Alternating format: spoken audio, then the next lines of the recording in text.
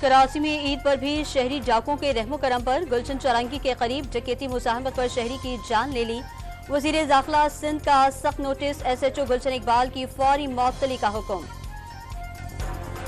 کراچی کے علاقے شالطیف ٹاؤن میں بھی ڈاکوں نے مزاحمت پر 2 شہریوں کو گولی مار دی۔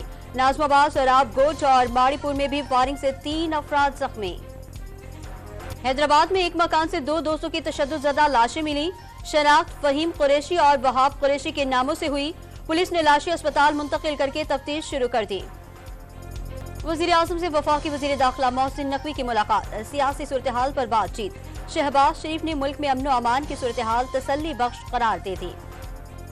حکومت کا اپریل کے بجلی بلوں میں ریلیف کا اعلان، سہ ماہی ایڈجسٹمنٹ میں 3 روپے 42 پیسے فی یونٹ کمی کر دی گئی۔ پاکستانی معیشت بہتری کی جانب گامزن، زر مبادلہ ذخائر میں اضافہ ہو رہا ہے۔ آئی ایم ایف پروگرام کامیابی سے مکمل کیا جا رہا ہے۔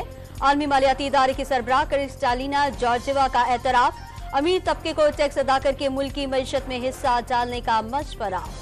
میٹھی عید کے دوسرے روز شہریوں کا آؤٹ ڈور ڈنر، کراچی اور لاہور سمیت مختلف شہروں میں فوڈ اسٹریٹس کھچا کھچ بھر گئیں۔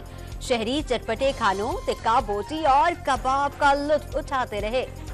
غزہ میں صہیونی فوج کی مسیحی آبادی والے علاقوں پر بھی بمباری، 24 گھنٹوں کے دوران حملوں میں مزید 63 افراد شہید۔ عالمی ادارہ صحت نے اسرائیلی فوج کے حملوں میں خان یونس میں مچنے والی تباہی کو ناقابل تصور قرار دے دیا۔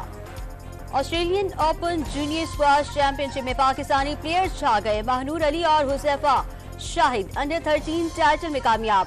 انڈر 15 میں یحییٰ خان، انڈر 17 میں مہنور کی بہن مہوش علی اور ابراہیم زیب نے میدان مار لیا۔ اور بلوچستان میں مغربی ہواؤں کے نئے سسٹم نے انٹری دے دی۔ آج سے 20 اضلاع میں بارشیں ہوں گی، محکمہ موسمیات کی پیش گوئی۔